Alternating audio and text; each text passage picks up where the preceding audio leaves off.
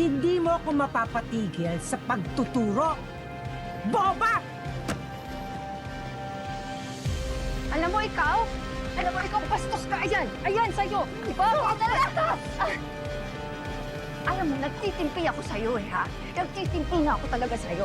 Nandito lang tayo sa labas kaya pinipigilan ko. Pero ito tandaan mo ha, magrereklamo ako. Magkikita pa tayo sa DepEd. Sige! Magreklamo ka! Hindi ka nila pakikinggan! Sino ka ba, ha?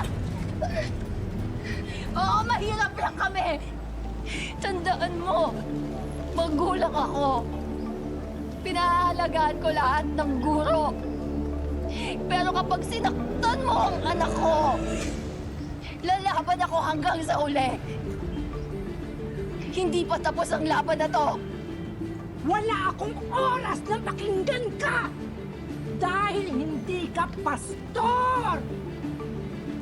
Biset! Kuya! Kuya, isa tayo!